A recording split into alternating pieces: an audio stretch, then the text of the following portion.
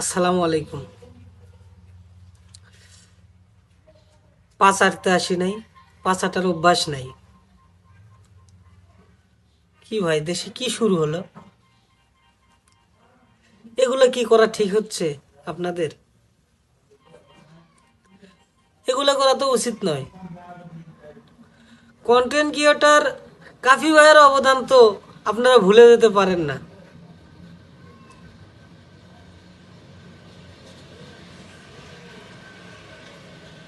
জুলাই মাসের আন্দোলনে যখন কন্টেন্ট ক্রিয়েটর কাফি ভাই মাঠে ছিল, তখন অবধি কোনো কন্টেন্ট ক্রিয়েটর মাঠে আসে নাই। এমনকি আপনারা কন্টেন্ট ক্রিয়েটর কাফি ভাইয়ের অবদান ভুলে যাচ্ছেন। এখানে পাঁচ আটতে বসি নাই, কারো পাঁচ আটার অভ্যাসও নাই।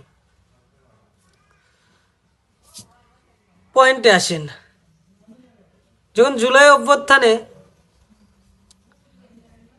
কাফি ভাই মাঠে ছিল, তখন কিন্তু আপনাদের কোনো পরিচিত কোনো কন্টেন্ট ক্রিয়েটর পাশে ছিল না, আমাদের পাশে ছিল না। এটা আপনাদের মেনে নিতে হবে। আপনারা কি করলেন? বই মেলার একটা কন্ট্রোভার্সি নিয়ে আপনারা কাফি ভাইয়ের পরিবারের সদস্যদের বিপদে ফেলাই দিলেন। এটা কি ঠিক হলো আপনাদের? আপনারা কি মানুষ? আপনাদের কি বিবেক আছে? আমি তো কল্পনাও করতে পারতেছি না। আজকে সকালে আজকে সকালে কাফি ভাইয়ের পোস্ট, যমুনা টেলিভিশনের পোস্ট দেখে তো মাথা নষ্ট। অন্যদিকে বিকে লিটন ভাই, আপনাকে অনেক ভালোবাসি ভাই। আপনি এই কাজটা কেমনে করলেন? দেখেন ভাই, আপনাকে আমি ফলো দিয়ে রাখছি। দেখেন, আপনাকে আমি ফলো দিয়ে রাখছি। আপনি এটা কি করলেন? এটা কি করা ঠিক হলো? আপনারা যত যাই করেন, দেখেন, তারপরেও বিকে লিটন ভাই পোস্ট করেছেন, এটা আমার কাছে ভালো লাগছে। বিকে লিটন ভাইয়ের পোস্ট,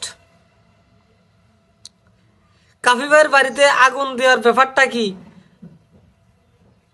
বাড়াবাড়ি হয়ে গেল না? তার পরিবার এখন কোথায় থাকবে? যুক্তি আছে, কোথায় যুক্তি আছে? তার পরিবারের ভুল ছিল কি? আসলেই কি তার পরিবারের ভুল ছিল? ছিল না ভাই। কাফি ভাই বই মেলায় কোন মেয়ের হাত ধরছে, কারে ফুল দিছে, এইটা নিয়ে আপনারা বাড়াবাড়ি করে তার পরিবারের সদস্যদের বিপদে ফেলাই দিলেন। কি ভাই, এটা কি আসলেই কি ঠিক হইলো আপনাদের? বলেন।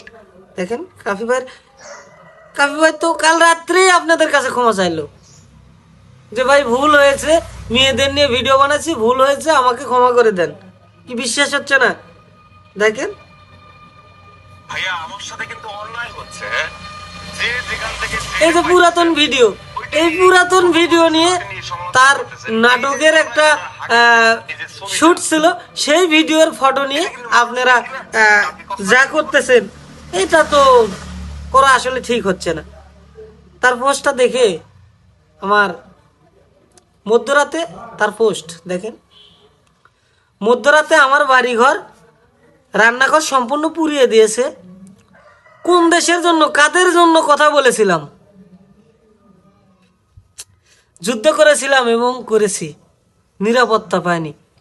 সত্য কথা বলেছে সে। আমাদের জন্য সে প্রথম কন্টেন্ট ক্রিয়েটর রাস্তায় নেমে কথা বলেছিল। পুরোটা সময় ছিল। তার বাড়ি ঘরে আপনারা আগুন দিয়ে পুড়াই দিলেন। এর পিছনে কাদের হাত আছে? আমি তো সন্দেহ করতেছি এর পিছনে কাদের হাত আছে। এটা কি আসলেই করা ঠিক হইলো? দেখেন ভাই, তার বাড়ি ঘরের অবস্থা দেখেন, পুরো শেষ, একবারে শেষ করে দিলেন।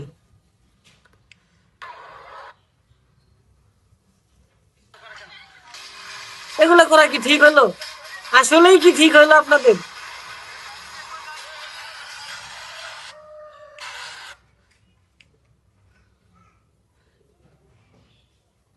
আজকে এই যে কাফি ভাইয়ের 1 ঘন্টা আগের পোস্ট, আজ সকাল 11টায়